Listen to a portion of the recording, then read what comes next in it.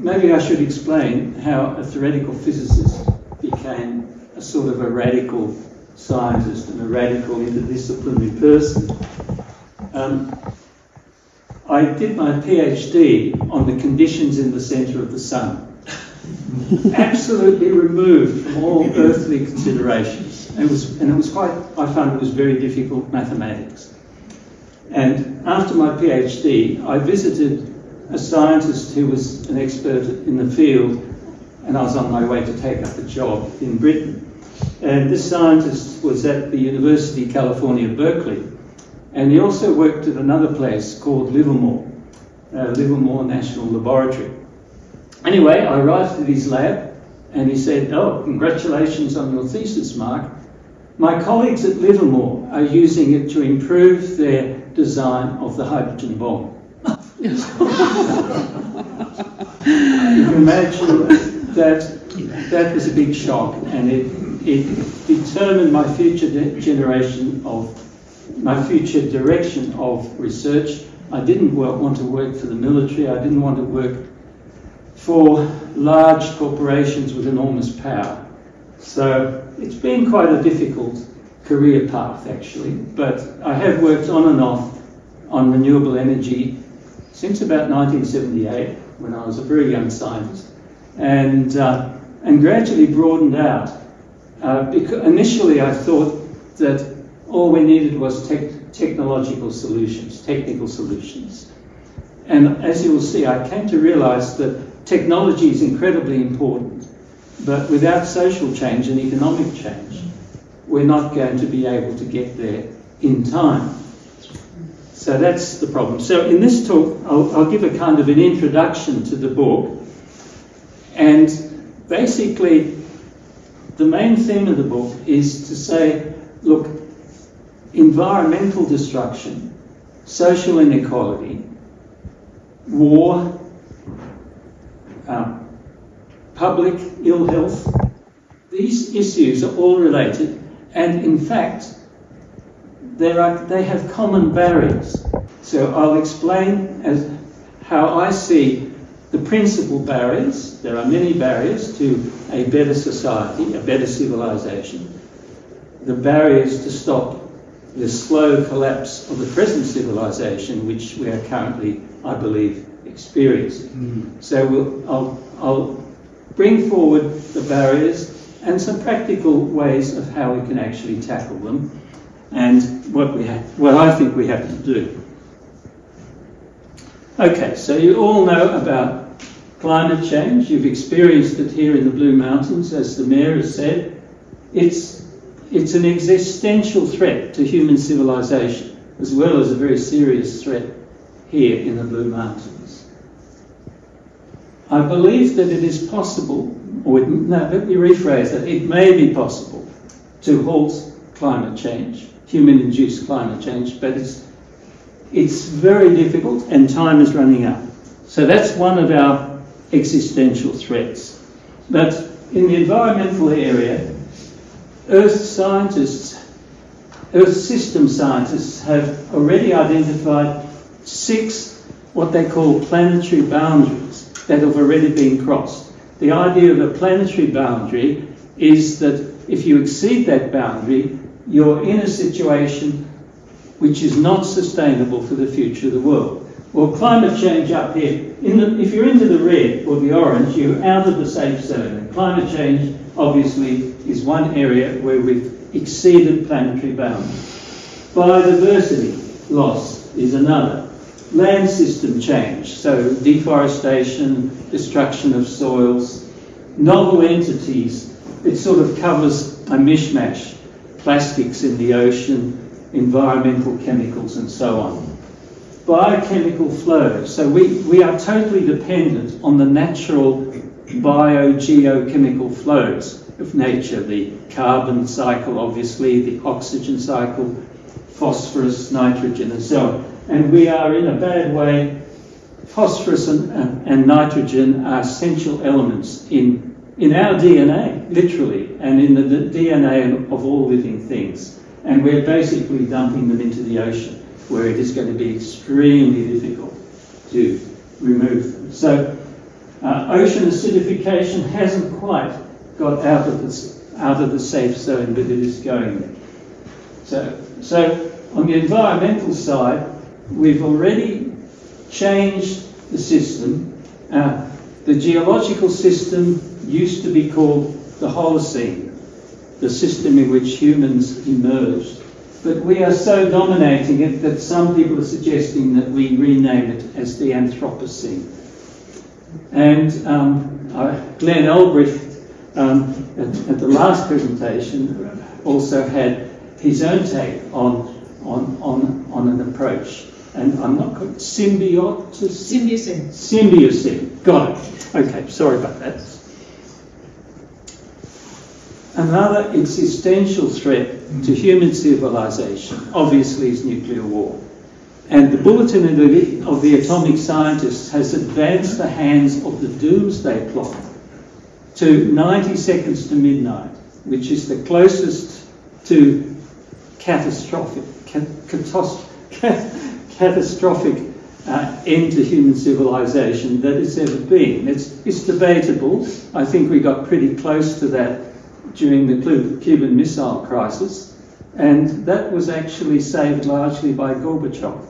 But anyway, we are now faced with possible nuclear war between the United States and Russia, or the United States and China. And we're really getting into a very dangerous situation there. And I'm going to suggest that we can push the hands of the doomsday clock back a little bit, but we can't totally, obviously, solve the problem of war. Social inequality, poverty and social inequality, both within countries, even within countries like Australia, and between countries, is a major issue.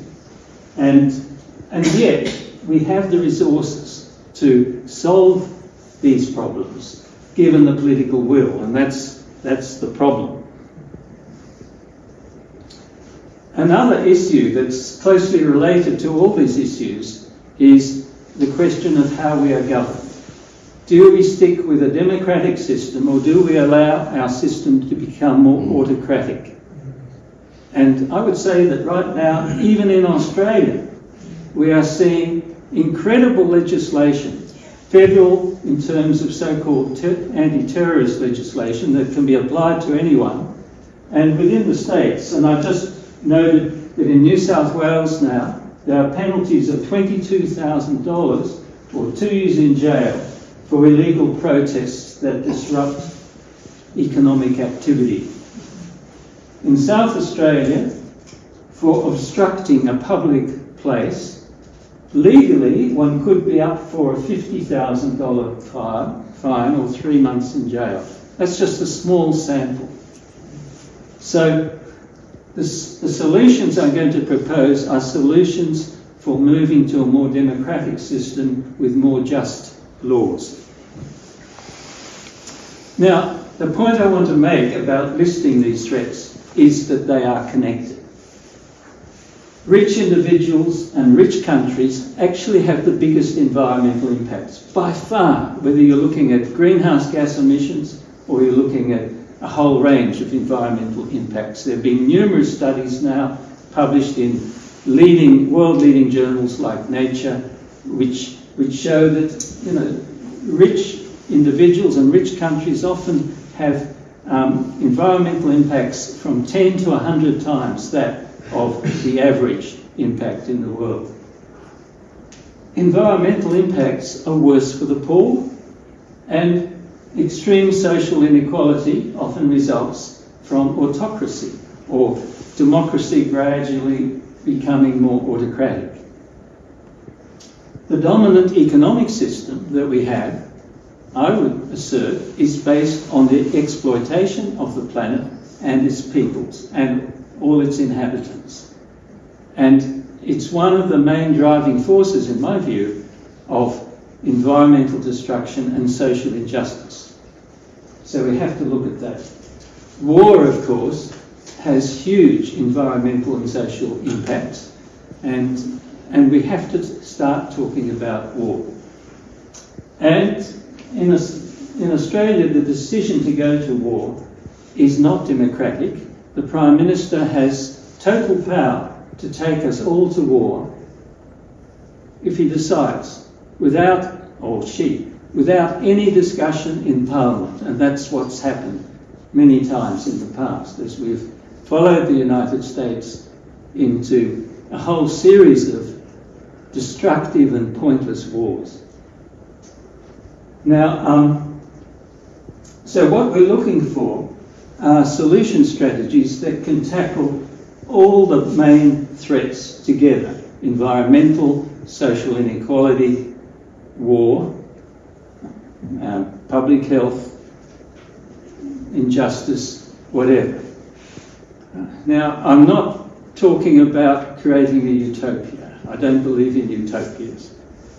And I think we're heading for a dystopia. But I think we can do a lot better than we're doing at present. And it isn't that difficult technically, but politically it is difficult. And so, okay, so let's take this a bit further.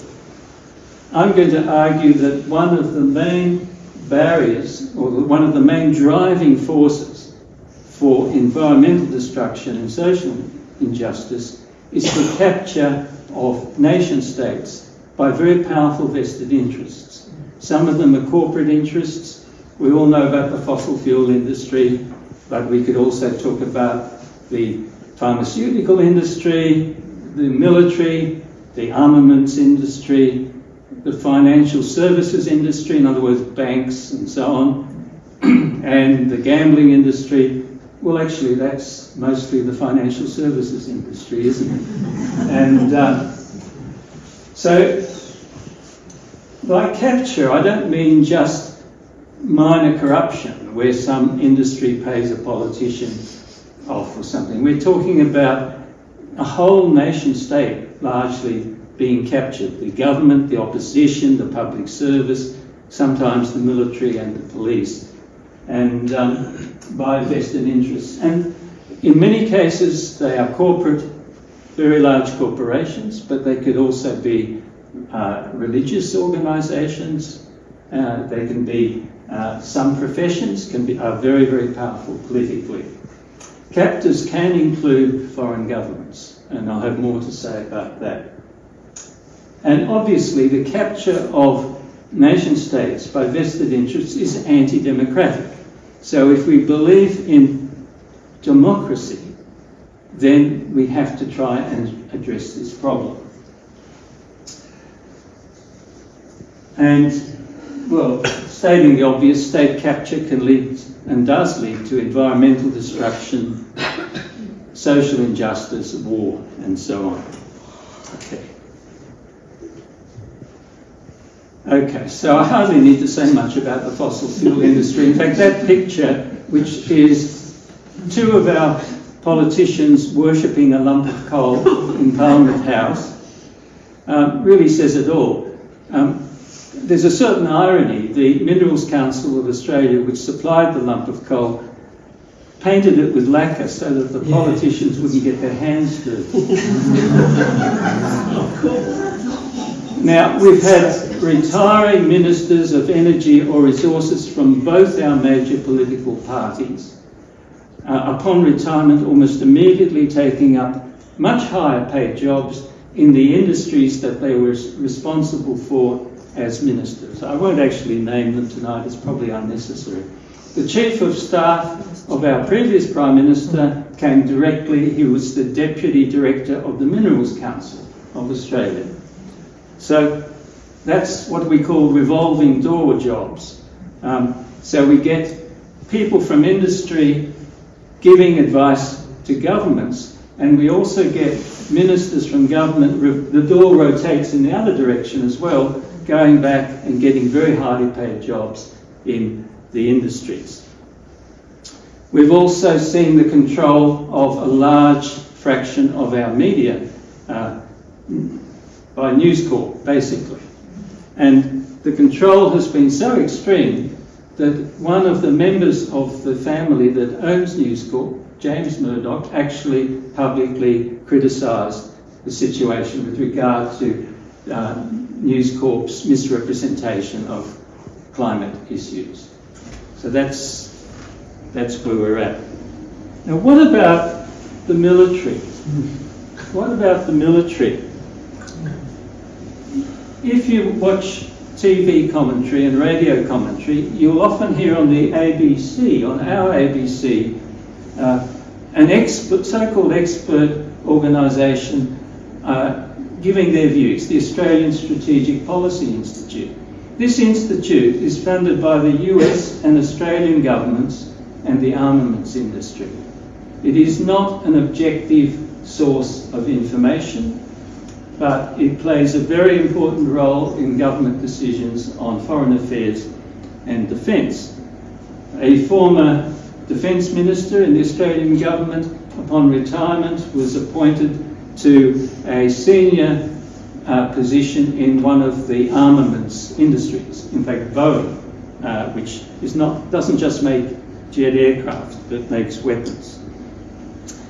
Now, what about the AUKUS agreement? Australia, United Kingdom, United States. Before the decision was announced that Australia and the US and the UK would form this AUKUS organisation, and Australia would cancel its order for diesel-powered submarines, which are highly suitable for patrolling our coastline, and replace that with nuclear-powered submarines, which are highly suitable for action at a distance from Australia, for example, in the South China Sea. Before that decision was made, the Australian Defence Department employed 5 retired US admirals, 5 admirals, to advise the Defence Department on future purchases of naval ships. We have to thank the investigative reporters of the Washington Post for revealing this. So there's still some investigative journalists out there, which is fantastic. So they were paid consultants, paid by us. And if you believe in the current theory of money, they were paid by you through your taxes. But in fact, I would stand aside from that. There is an even more important agreement that gets very little publicity in Australia called the Force Posture Agreement. It's an agreement between Australia and the United States, and it has resulted in the expansion of the Tyndall Air Force Base near Darwin to take B-52 bombers, which may or may not be carrying nuclear weapons. It's resulted in expansion of Australian naval facilities to take visiting US military ships which may or may not be carrying nuclear weapons. So it seems to me that on the basis of that evidence alone, and there's a lot more, that the Australian state has been captured by the US military-industrial complex. And for that phrase, we have to thank the former President Dwight D. Eisenhower of the United States, who, upon retiring, expressed his concern at that time of the growing power of this military-industrial complex, which of course has become far more powerful. And of course, this close relationship, which is now even closer with the US, is in great danger of dragging us into a war with China. And there's really been very little parliamentary or public debate, apart from issues raised by the Greens, about whether that's where we really want to go. There's been very little public debate about whether we want offensive weapons that are designed apparently to try and contain China, which I think is an impossible task, but anyway, or whether we move towards a defensive defence system. Okay, but it gets worse. We now have neo-colonialism. Colonialism is almost gone. Not quite, actually. But neo-colonialism still involves in capturing the global south by the global north. And it's captured by sovereign debt, by lending very large amounts of money, either by individual countries or by international banks like the IMF and so on. It's captured by trade, which keeps low-income countries, poor countries, as quarries for the rest of the world. Now, actually, Australia's somewhat in that situation as well, and that's been, I remember as a teenager reading a book called Quarry Australia. The issue's been there for a long time. Some studies suggest that in debates about foreign aid, that actually there is a net flow of wealth from the global south, the poor countries, to the global north, the rich countries. And that case is now being argued very seriously in the literature. And neocolonialism is also implemented by coups, subversion, and military attacks by countries of the global north on the global south. The removal of governments. And when you actually look at the situation, one has to say that one country has really been the champion at doing that. And it has been almost in continuous war since the end of World War II. And that is our greatest ally. So we need to think about how close we want to get to a country that does that, that has an assassination squad, that sometimes succeeds in assassinating politicians in other countries, that that they don't think will do the right thing. Now you might think that that is a very extreme statement. It's very well documented in congressional reports and so on. And that reminds me, talking about neocolonialism reminds me that I do want to acknowledge the traditional custodians of this land, their elders, pay my respects to their elders past and present, and acknowledge that their land has been taken away by guns, germs and steel. And upon reflection, that land grabbing is still going on in a number of places around the world. Only the steel is being replaced by bombs and missiles. Okay, and now we come to the other part of state capture, the capture of the whole state and often whole nations by an economic system that, as I said, is based on exploiting the planet and exploiting individuals. And I've been very interested in economics even when I was studying theoretical physics, because my professor at the University of New South Wales, when I was doing a PhD, John Blatt, he was a brilliant, he almost got the Nobel Prize for his work on the theory of superconductivity, but his paper just came out a little bit too late. But he also looked at economic systems. He was a brilliant applied mathematician and physicist, and that's what got me interested. And so I kept trying to understand conventional economics over the decades and could never make sense of it. But now things are gradually at last becoming clearer, and looking at it as a scientist. But you don't have to be a scientist to understand three of the main problems with conventional economics. And the first one is there, endless growth in consumption, and I'm talking about consumption of energy and materials and land, and also endless growth in population. Endless growth on a finite planet the notion is that it's feasible and it's desirable.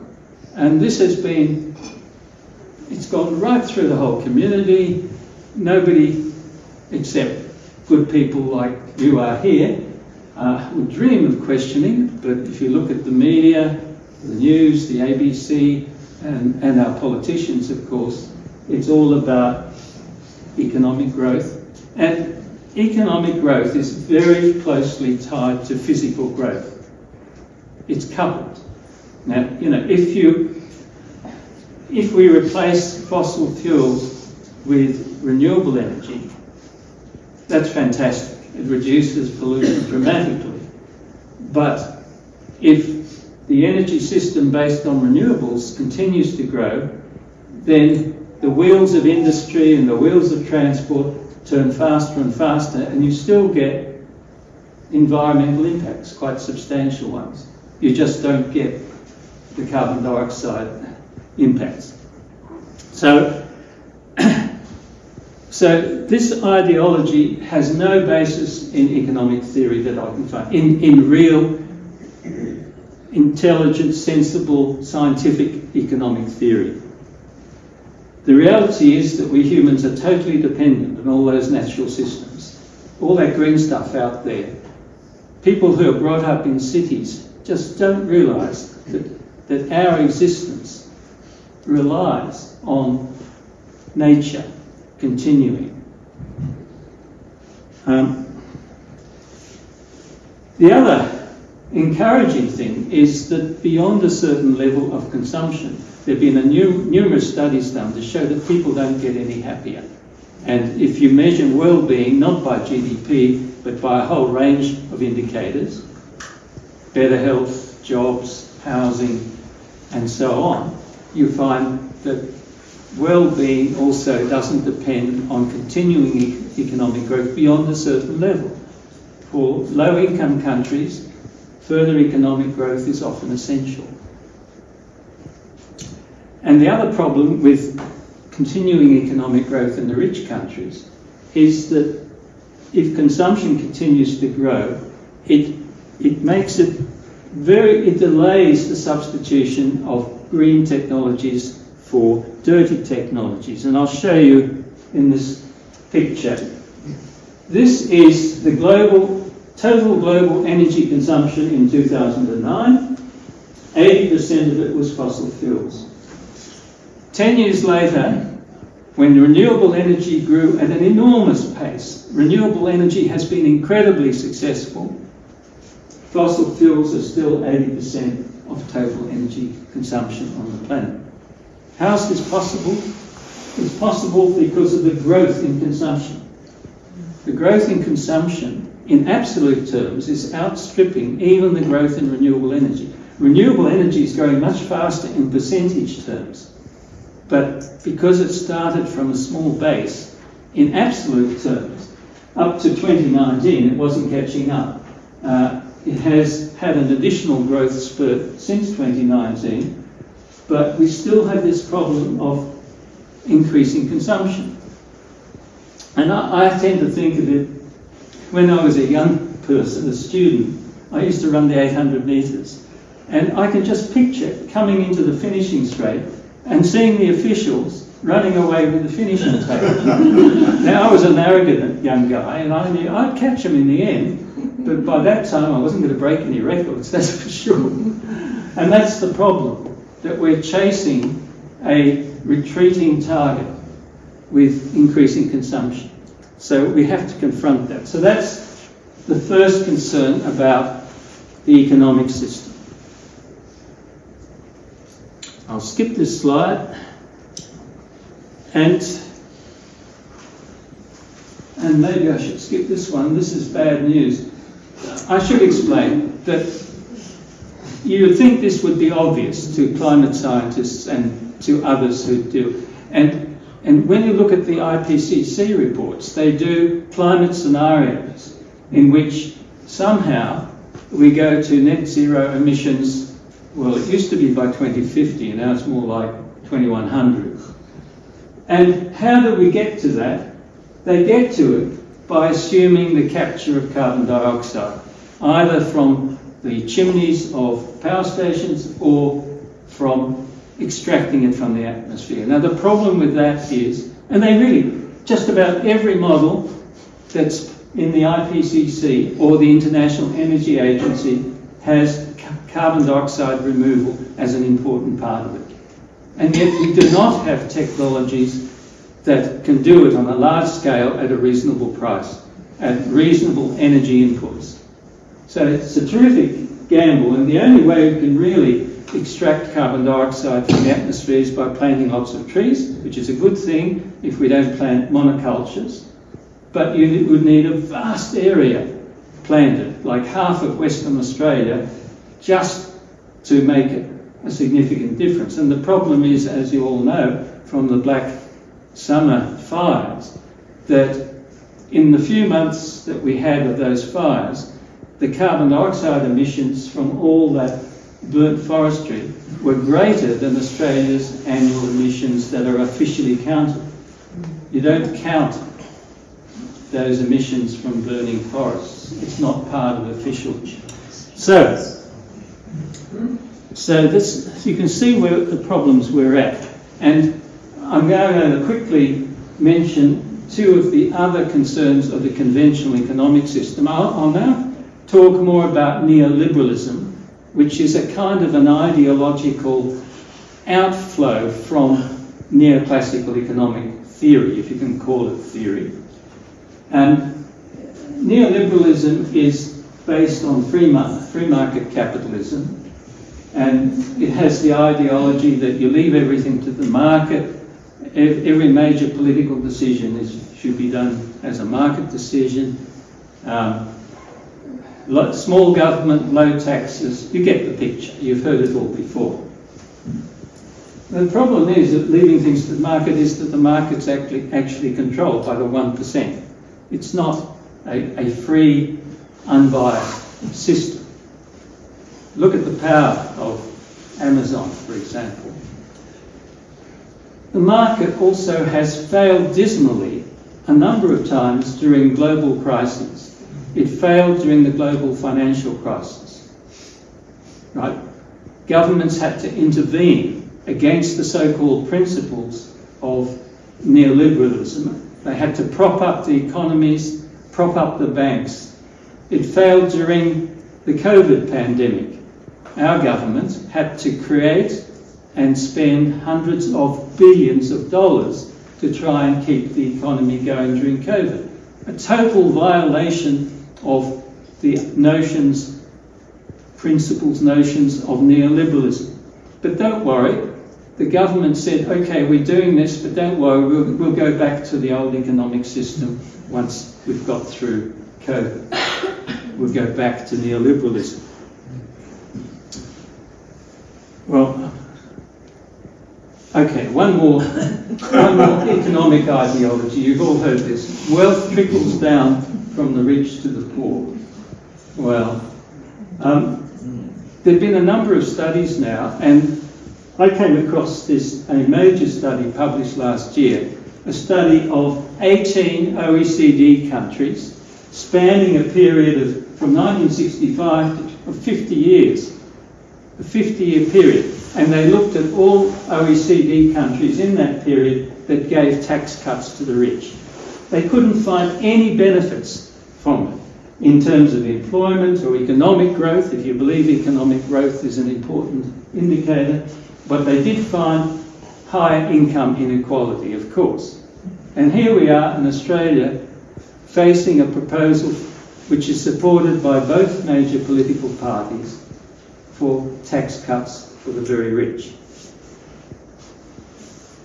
Okay, so what do we do about it? As I see it, most environmental campaigns tackle the impacts, and they perform a fantastic job. Without them, we would already have gone down the plug hole.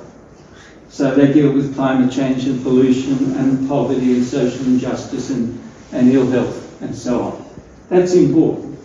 But we also have to tackle the driving forces. And I'm going to argue that the principal driving forces are state capture and another form of state capture, which is neoliberalism and the neoclassical economics so-called theory that supports it. We really need to devote more effort at this level. Now, of course, you could say there are more levels to go down. We go down, there's capitalism, there's autocracy, patriarchy, oligarchy, and underneath it all is the lust for power and wealth amongst many people. But I'm going to argue that, in fact, This is vulnerable and this is vulnerable. And there are ways of tackling both of them. But it does require a certain amount of organisation. It requires environmental, I'm probably talking initially of large organisations, environmental, social justice, peace, public health, trade union organisations, forming alliances to deal with state capture and to resist the economic ideologies. And really, when you think about it, it's not that hard. Because how is state capture implemented? Well, we've already discussed most of the tools used by powerful organisations. Political donations and election expenditure. Well now, our government is planning legislation, apparently in cahoots with the opposition, on election expenditure. But the way they are planning it is to make sure, from their point of view, that at the next election, no more Greens or Teal independents will be elected because they won't get election funding, according to what we are hearing about the draft legislation. So in other words, the election funding, if the government starts funding elections to a significant degree, will go to politicians who are already in office in the federal government. Now, with strong public resistance, that they may have to withdraw from that because once the message gets out. So this needs to be dealt with, but dealt with in a way that independents and others who are not members of the major political parties can get elected. The government apparently is saying, well, we're designing the legislation this way to keep people like Clive Palmer from influencing elections, and that would be a good thing. But clearly this needs to be rethought, the way they're doing it. Revolving door jobs can be controlled, and they are controlled in many other jurisdictions. Concentrated media ownership. We used to have laws limiting concentrated media ownership, but somehow they have disappeared. They can be restructured and replaced. Some countries have very strong laws, so it is possible. Social media campaigns, think tanks. Well, we need to call out bodies like the Institute of Public Affairs and the Australian Strategic Policy Institute. We need to call out the ABC if they treat such organisations as objective sources of information. We need to have a transparency in who our ministers and other politicians are officially meeting. We need to have politicians' diaries published. Now, fortunately, there's starting to be moves to tackle some of these things. And at the international level, we need really sovereign debt to be removed from the poorest countries, and for the less poorest, possibly converting the debts into grants, development grants, and so on. Trade dependence, military alliances, we need to examine. And all the actions on all these tools of state capture will strengthen democracy. Instead of having our decisions, the big decisions made by vested interests, sometimes dressing it up as a decision of the market. Okay, so you can see it's possible. Okay, all right. How do we implement it? Franklin D. Roosevelt is supposed to have said to a delegation that was lobbying him, "Okay, you convinced me.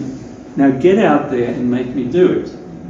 And I think what he's saying is build a social movement to make my decision credible as a politician. Politicians need to know that there is a movement instead of responding just to very powerful vested interests to CEOs of very large corporations that can sometimes walk into a minister's office without an appointment even, as I'm told by some people. Now, local community action is really important, of course. It benefits community education, community empowerment, and you've already heard about some of the projects that are happening here under the Planetary Health Initiative, which is fantastic. But there are limitations. And the limitation is that, in fact, big government still holds most of the major decisions. Big government decides on infrastructure, on major roads, railways, water supply, sewerage, you name it. It decides on urban planning and land use planning. It decides on pollution control. It's energy efficiency standards for buildings, taxes, rules for banks and other financial institutions. The list goes on. So what I'm saying is local community action is necessary, but it's not sufficient unless that community action also translates into dealing with the larger system. In other words, and you've heard it all before, we need a system change as well. And I know Andrew Gaines has been saying that very firmly. A system change. And the challenge is to design a campaign to organise people and to bring organisations together so that they can exert very strong power at a political level and a social level. So that's really what we're suggesting. One of the key suggestions in the book is that we must form alliances. Individual groups, environmental or social justice or public health or peace, do not carry sufficient weight for a system change. And to get a system change, we have to bring groups together to cooperate, to allocate some of their time to the larger cause. And then you can get enormous pressure for social change. So, and that means pressure on state capture and on neoliberalism. And of course, as you know, there's a wide range of tactics, non-violent obstruction, and the challenge there is to annoy the government without annoying a large fraction of the population. So it is a challenge. If you stop the traffic in the main road, a lot of people are going to be annoyed, as we saw in Sydney on the approaches to the Sydney Harbour Tunnel. But non-violent obstruction has worked many times in the past. Strikes, boycotts, demonstrations. And of course the softer approaches also of public education, lobbying, media, and even legal actions. But legal actions against the government are very difficult to win. I was associated distantly with a group in Canberra that took legal action against the government that wanted to build a telecommunications tower in a nature reserve overlooking Canberra. The citizens, the good citizens, put a lot of time and effort in it, and they won the legal case. And the following day, the government passed legislation and built the tower. New legislation. So legal action is a bit tricky, but it can work. It has worked in the Netherlands, where the government was forced to take stronger action on climate change. The government lost the initial case, and then it appealed to a higher court, and the higher court, on different grounds, supported the environmental case. So you can win on legal grounds, but it is tricky. Some actions are going to be symbolic, but they can have powerful social impact. I'll be one of many people this weekend at Newcastle Harbour in my kayak, along with many other people, blocking the flow of coal ships. But it's a symbolic action. The same coal ships will still go out on Monday instead of on Saturday and Sunday. But if it gets a lot of media and brings together thousands of people, they won't all be out on the water, but they'll come together at the beach. It's part of building a resistance. So you can see we are now in a serious situation. We need to take radical action, non-violent action. Okay, we're nearly there.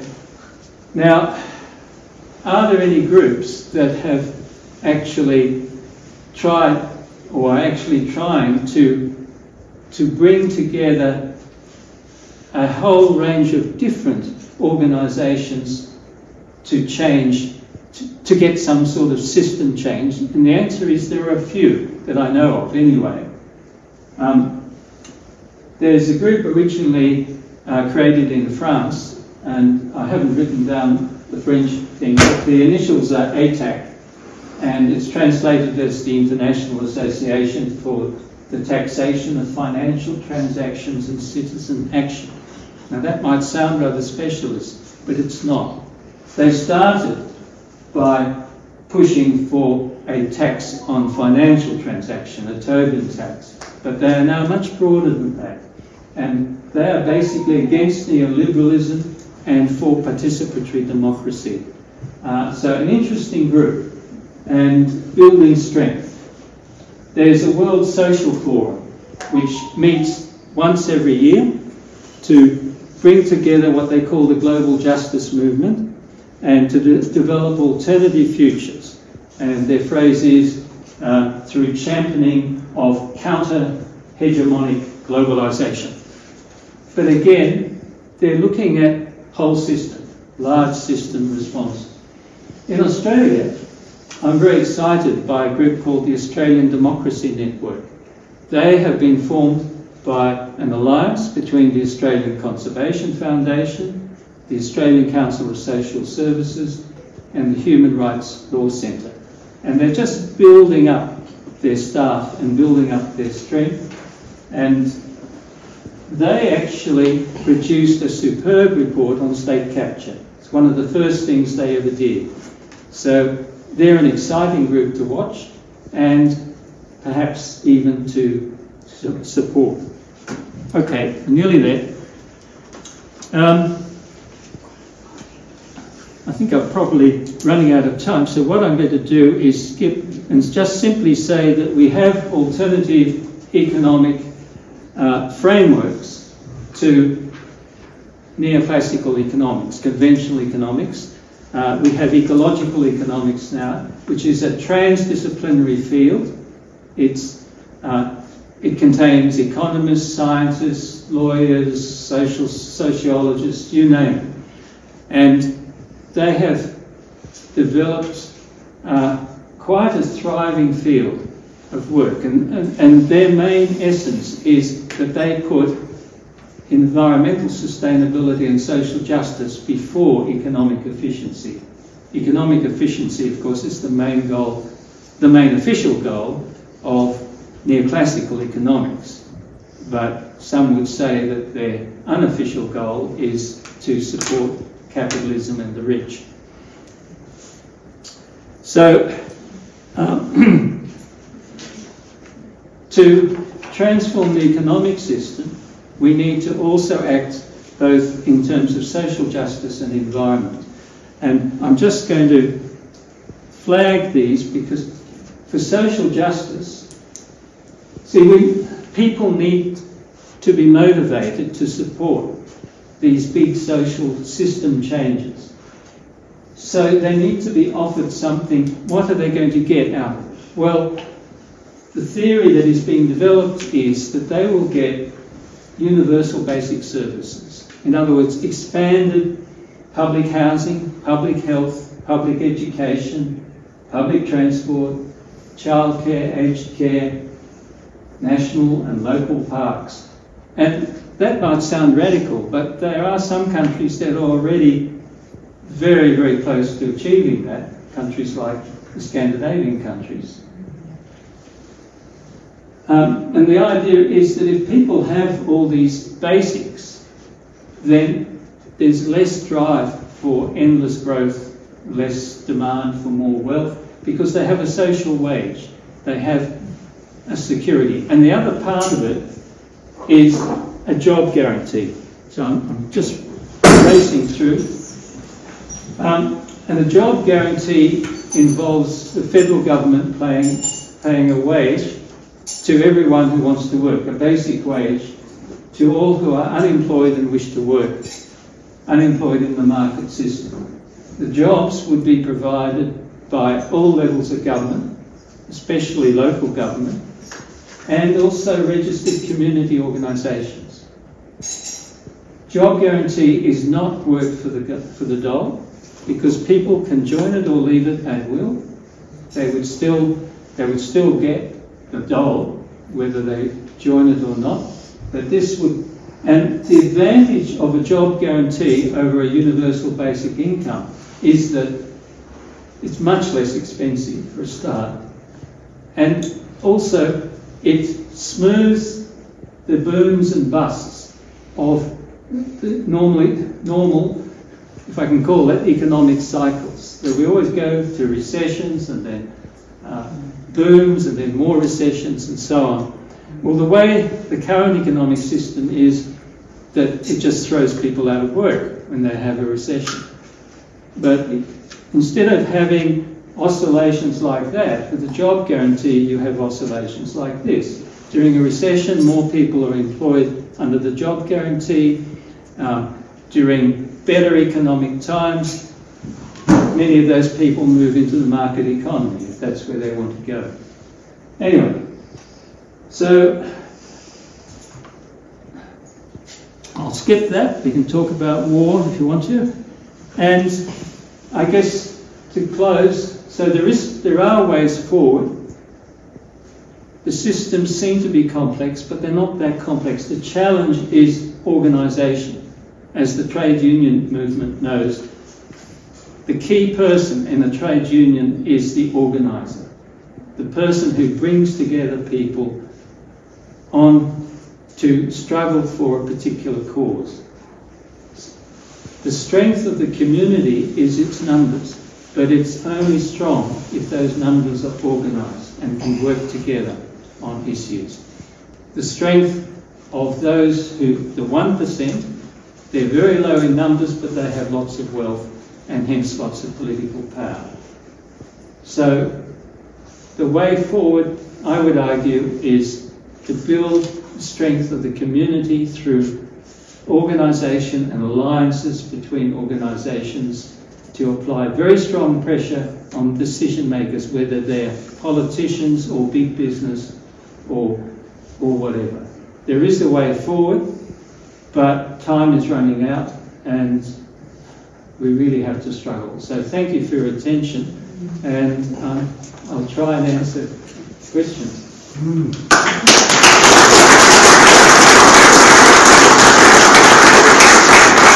So a country that is monetary sovereign has its own currency and isn't highly dependent upon overseas currencies like the US dollar. And such a country like Australia or the United States or Japan or China can and does all the time create money. It's dressed up as selling, buying bonds or something, but in fact it doesn't. With bonds, the government has to pay interest, and the reality is it can just create money, provided when that money is spent, the spending is within the capacity of the economy.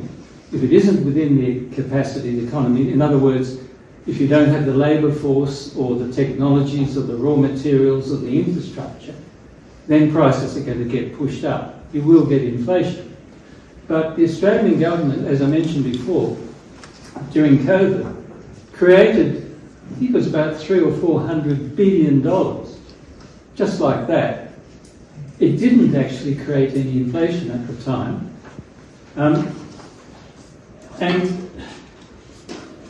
But we have to be careful. the theory behind this is called modern monetary theory. The theory says very clearly that you can only create within the economic capacity of the country, and otherwise you create inflation. So it's not a magic pudding.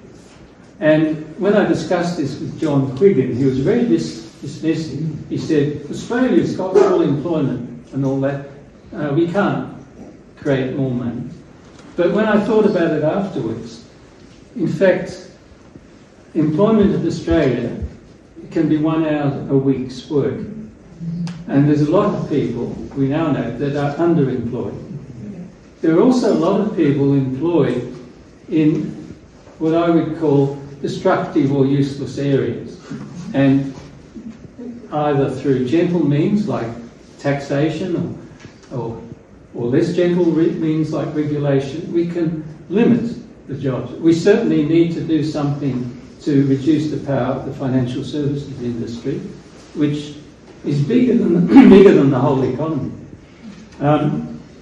So certainly within, and also the other thing is that if governments create money and spend it, they can also spend it in ways to increase the economic capacity of the country, like improving infrastructure, for example, which is not necessarily inflationary at all, but enables the economy to function better.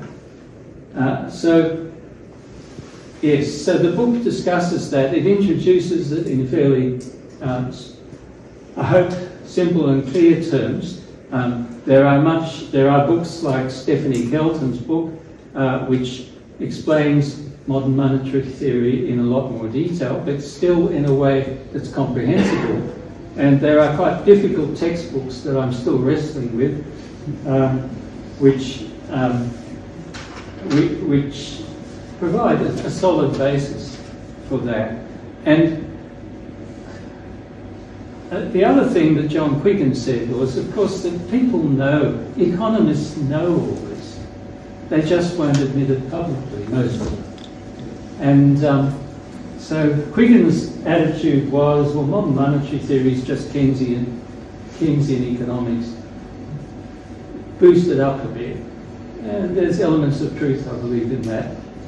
But economists won't tell us the truth. And politicians won't, because if people said, well, why do we have such a housing shortage?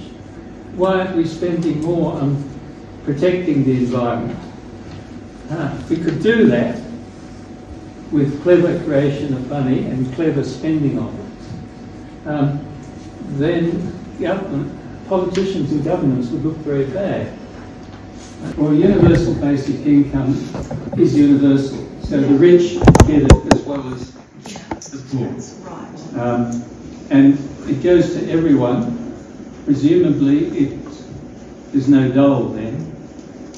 And the question is, at what level can you create a universal basic income?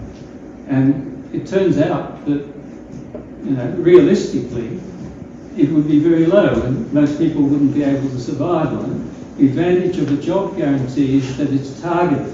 It's targeted to people who are unemployed and want to work. And if you actually do the sums, it works out as cheaper.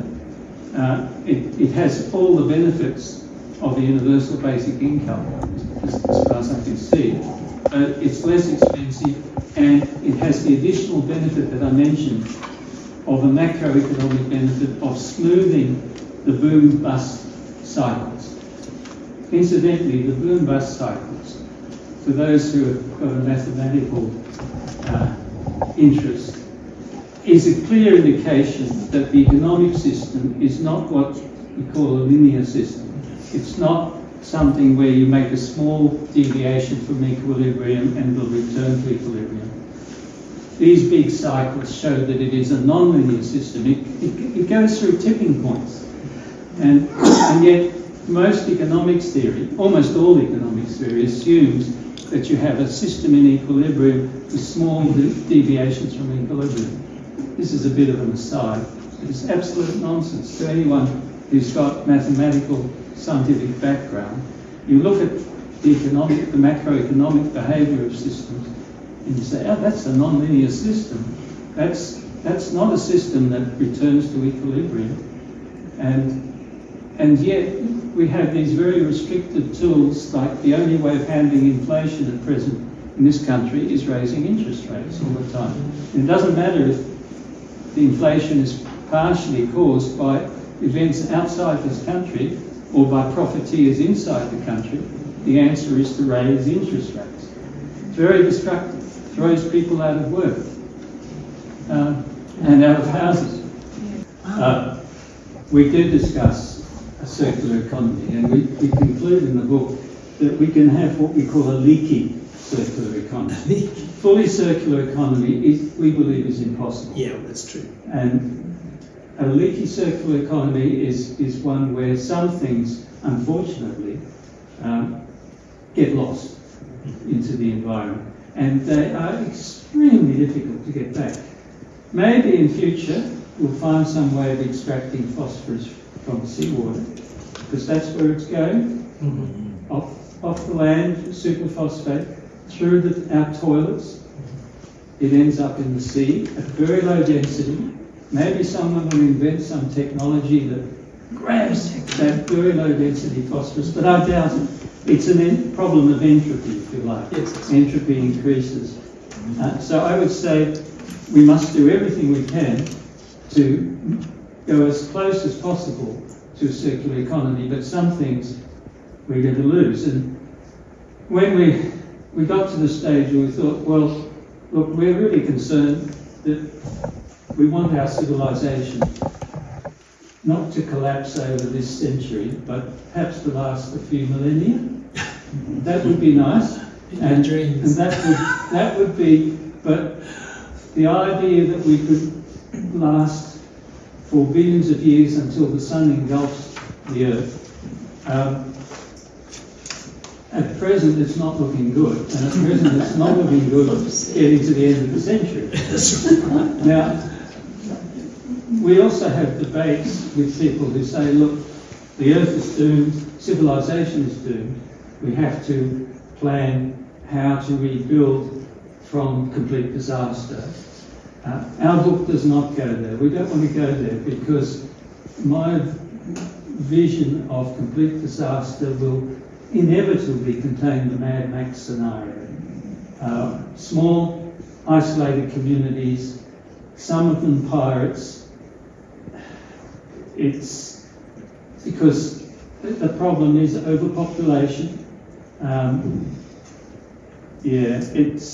So anyway, getting back to your point, we talk about leaky circular economy, and we'd be delighted if we could go for several thousand years. That would be a start, and maybe we'll learn some way of existing without having a coupling between economic activity and environmental impact. But at present, while we, on a local scale, for short periods of time, we can sometimes decouple. In an absolute sense, it doesn't look good. Even with renewable energy and a lot of other technological advances, we can do a lot better. We can go from a century to thousands of years. And that's a start. I would always place the emphasis on solutions, and that's what we're trying to do in the book. We have to be careful not to blame individuals who are embedded in a system that makes it very difficult. I had to drive here. If I'd had more time, I would have taken a train, and there would have been 2 trains and twice as long, 3 times as long to get here. And it's so easy to blame individuals when they're embedded in a system that doesn't give them a lot of choices. People who are living in rental accommodation don't have a lot of choice about saving energy unless we pass regulations that require landladies and landlords to meet basic energy consumption standards in the building. And in fact, the ACT is planning that. The ACT already, if you sell a house in the ACT, and I did once, many years ago, you have to have an energy audit. And the results of that energy audit have to go on the sales document. And now they want to do that with rental accommodation. This has been going for 20 years, more. Not one other place in the whole of Australia has that requirement. It is so obvious. It works. It not only does it make buildings more energy efficient, but it trains a whole bunch of people in energy auditing. So I would say that's why I'm focusing on changing the system. People don't have choices. People who live on the fringe of the city where there's no public transport have to drive their cars. So we have to change the system. Yeah. But this culture of waste is new. It's not something that's in our genes. When I was a young child, I still remember my father going out after the horse-drawn baker or dairy vehicle, the milk delivery, with a shovel, picking up the manure and putting it on the garden to grow the vegetables. And that wasn't rare. Everyone did it. So there's been a conditioning of the population towards consumption and waste, and that can be reversed. It's not irreversible, but it does require organisation, and it can't be done just by telling individuals, oh, you've got to do this or you've got to do that. It's got to change the system and make it desirable. And that's why we're emphasising universal basic services, because it'll give the vast majority of people, hopefully, a better system, better life to build upon. I mean, you know, you just take the housing situation in this country alone, it's utterly disgraceful. I like all of them except one, because I think it's goal number 8 assumes basically we have to have continued economic growth. And then I'm disappointed at the missing goal. There is no mention of population.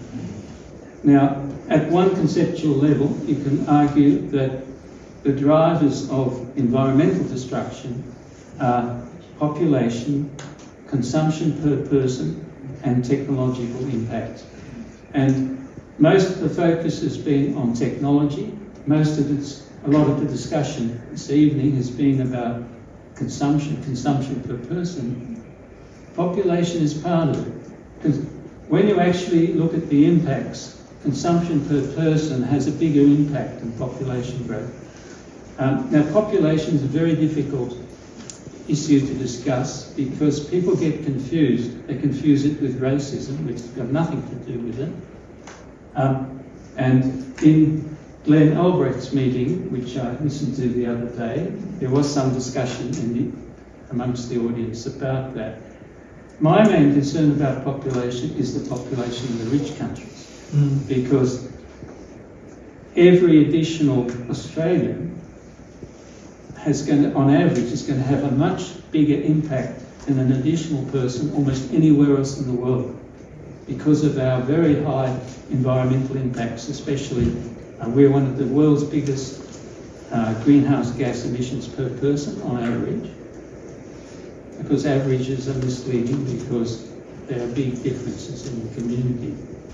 Oil is to a large degree used for transportation, and I see a very rapid transition to electric vehicles, and of course improved public transport and facilities for cycling and walking within local areas. And this is accelerating, particularly overseas, but even in Australia. So overseas, in Norway, almost all new cars are now electric, with some very simple policies.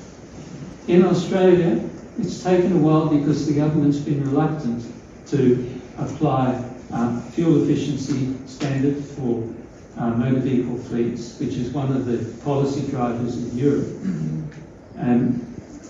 But in 2022, 2.2%, if I remember the figures correctly, 2.2% of new cars were electric. In 2023, up to November, 4.8% of new cars were electric. And once, I think we'll see some very rapid drops in the cost of batteries for electric vehicles, which is the main problem in the upfront cost. And when that happens, probably within the next 5 years, we'll see a huge rapid shift.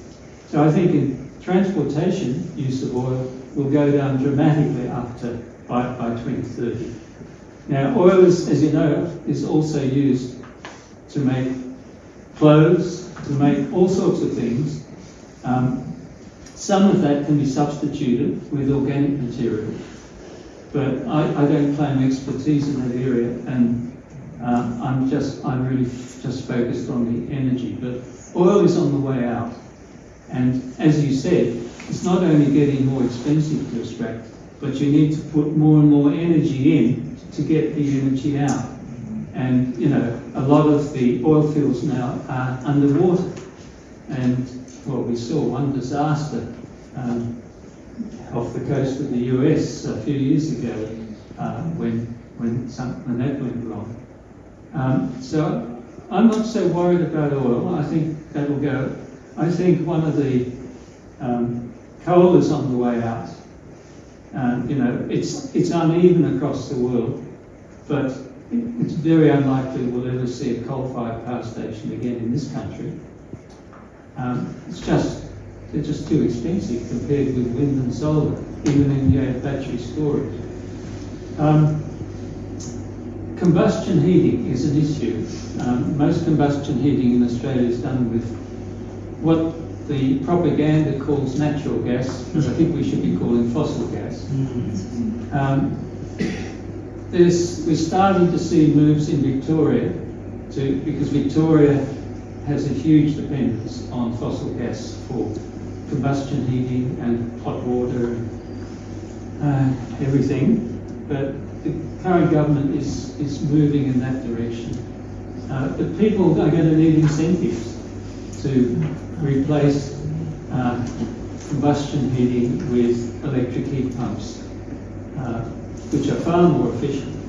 So one of the beauties, this comes back to degrowth, that one of the beauties of transitioning to electric transport and electric heating is that the amount of energy required goes down significantly. So for example, an internal combustion engine car, if it's petrol, you're likely to get 20% energy conversion efficiency. In other words, you're likely to get 20% of the energy in the fuel used to actually drive the car. Most of it is waste heat. With an electric vehicle, maybe 85% of the electrical energy in your battery is going to drive the car. So, provided overall consumption doesn't keep growing, there's an opportunity for degrowth, if I can use that dirty word, towards a steady state economy in the transport area. It's the same with combustion heating. If you use a heat pump, you basically you get about, depending on the heat pump, you might get 3 to 5 times the amount of energy out that you actually put in.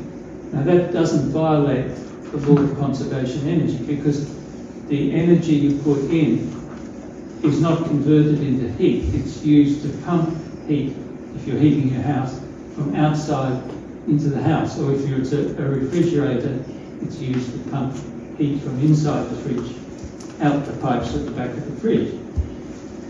So that's huge efficiency gains again. So potentially, we could have some degrowth in the energy area without even trying, once we electrify our heating and transportation. But the trouble is, we've still got to deal with this growing consumption, which could wipe out that advantage. But there are some real advantages. Aviation is one of the difficult areas. Some airlines, including Qantas, are putting some biofuels in, usually in one of the engines, without telling the passengers, as part of getting some experience. So biofuels is one of the pathways, but then we have environmental limits on how much biofuel we can produce. So my feeling is that ultimately we need to have to use renewable energy to split water to produce hydrogen and oxygen. And then if the hydrogen is too difficult to manage, because it is a difficult fuel to manage, combine it with nitrogen from the air to form ammonia, which is a fuel that does not emit carbon dioxide when it's combusted. So that's one of the pathways that's being looked at for the longer term for long-distance aviation. For short-distance aviation, there's a number of options. There are some commercial electric planes on the market now for short hops, a few hundred kilometres, for relatively small numbers of passengers. But for longer distances, the batteries would become too heavy, and so that's not likely. The growth for transport on the ground, high-speed rail, provided those trains are full, is highly energy efficient. And it's very sad that in Australia we don't have high-speed rail between Melbourne, Canberra, Sydney and Brisbane. The Melbourne-Sydney air route is one of the busiest in the world. I think it's number 3 in the whole world. And it would be wonderful to replace at least half of that air traffic with a high-speed rail, but it never seems to get off the ground. or on the ground. What's happening in China is very high-speed rail is going in everywhere. I mean, they know what works, and but basically for international air travel, I think hydrogen is the future, but we're not there yet. Renewable energy occupies very little land. The opponents of wind power, let's start with wind and then talk about solar. Opponents of wind power will say, look at the huge areas that wind farms occupy. In fact, they don't occupy 98% of those areas on average. They span those areas. Farming country, usually farming country, farming continues between the wind turbines. The only land occupied is by the turbines, the substation and the access roads. So typically 2% of the land is actually occupied. And a wind farm or a series of wind farms occupy less land than equivalent coal-fired power stations with open-cut coal mines. Okay? Now, solar. Large-scale solar does occupy quite a lot of land, and what's happening now is that on agricultural land, they are lifting them up a bit higher so that sheep can graze underneath. In China, they're raising them a lot higher so that wheat and corn and barley and rice can be grown and harvested. Now, obviously, putting them up on poles increases the costs, but in some cases, and it's early days, if you work out the multiple benefits of having 2 crops, an energy crop and an organic crop that's grown, it comes out well economically. But certainly what they're finding is that with sheep, their productivity is actually increased because they have the shade underneath the solar panels. Now, of course, in Australia, a large part of our solar is on rooftops, and that occupies no land. We're starting to see more solar farms on bodies of water, and we have some in Australia, floating solar farms. And they particularly can play a role in countries that have very little land area, like, Hong Kong, not really a country, but it has a large area of water that is not too stormy. And solar farms are going in on water storages and lakes all over the place. And that having floating solar actually improves the efficiency of the solar system because it cools the solar collectors. If solar collectors are too hot, they become less efficient. So that's one issue. Now, what was your second? Oh, nuclear power. Okay, look, I'm not a fan of nuclear power. It is vastly more expensive than wind and solar. It is dangerous. Are you talking about the fast-breed reactors, or are you talking about the more modern thorium reactors that are currently I'm talking about all existing reactors, and there's a lot of hype about reactors that haven't been built. And quite honestly, we're a long way from seeing them. The main hype is actually for small modular reactors. They do not exist. They are paper reactors fueled on ink. And there are a few small reactors. Nuclear submarines, nuclear-powered submarines have small reactors, but they're not modular. They're incredibly expensive. They cannot be mass-produced. Russia has 2 ships powered by nuclear reactors. Again, those reactors are incredibly expensive. They cannot be mass-produced. If they can't be mass-produced, they're going to provide electricity or heat or whatever you want, even more expensive than from existing nuclear reactors, which are sort of typically 5 times the electricity cost of solar now, large-scale solar. So there are other concerns about... Let me tell you a story. The tsunami that swept across the east coast of Japan and destroyed the Fukushima Daiichi nuclear power station, it caused a meltdown in 3 of their 6 reactors. It was quite devastating, and it's devastated the fishing and agricultural industries and so on. 80 kilometres to the south of Fukushima is a town called Kamizu. Kamizu has a wind farm in the surf. It's called a near-shore wind farm. The tsunami broke, the wave broke and went straight through the wind farm. The wind farm continued to operate until the grid went down. And when the grid was restored, the wind farm recommenced operations. But fortunately, the tsunami wave wasn't quite high enough to hit the blades of the wind turbines. Now, hardly anyone has publicised that. One wonders why. But the fact is, even in the surf, where the wave was breaking, this huge tsunami wave was breaking, the wind farm survived.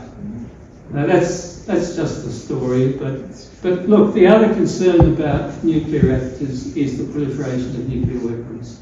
And a number of countries have used nuclear power as a cloak to produce nuclear weapons.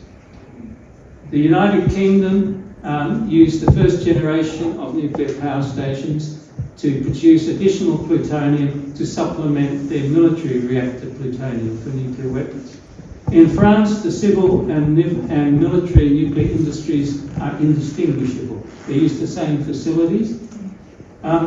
India, Pakistan and North Korea all proliferated, created nuclear weapons from the so-called peaceful nuclear fuel cycle.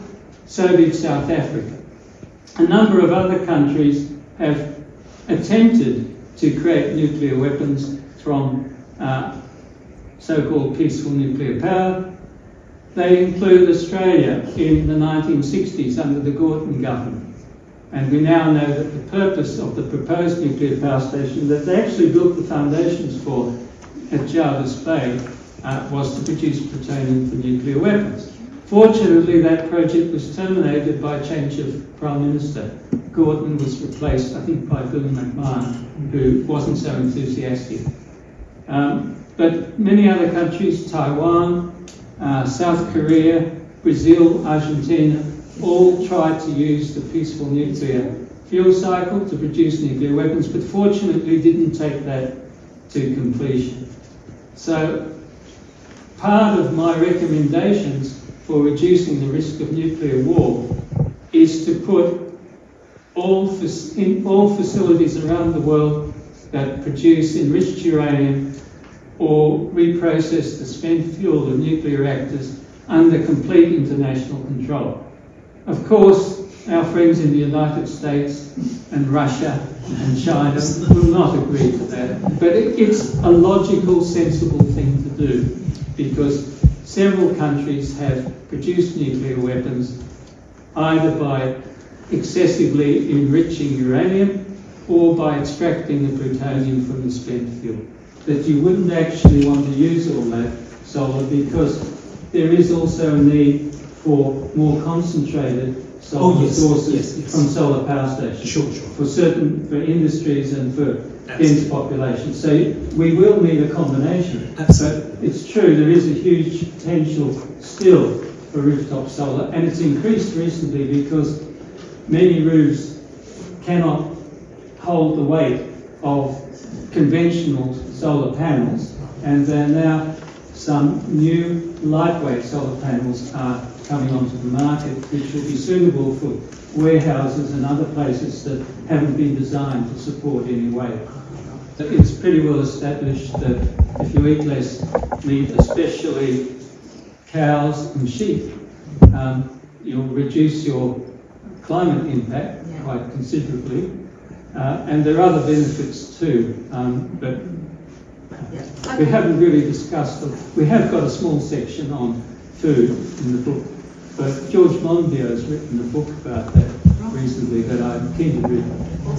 That capitalism and the neoclassical economic system has pushed individualism to an absurd state, but some cultures have been able to resist that much better. South Korea, I'd say also China, except that they are throwing away a lot of their resistance as far as I can see. So, for example, they've taken up capitalism really in quite a big way. It's state capitalism, so the big business is to some extent controlled by the state, but they've gone away from free schooling, for example. Parents have to pay to have their kids schooled. A lot of the communist principles have been lost. And personally, I don't, and I've travelled and worked in China for a while, I don't see China as a communist country anymore. And I hope I don't offend any Chinese people here, but I see it as a state capitalist country ruled by one party. And that party is doing some good things for the people. It's had some real economic successes, but it's got all the problems of pushing individualism. Families used to, as I understand it, families used to be very close and look after their members in China. Now the young people are not caring about looking after the parents when they get old and so on. It's all changing. And I would say that's partly, to a large degree, due to the adoption of capitalism in China. But so it's great that there are societies that have resisted that to some degree, and we can resist it again.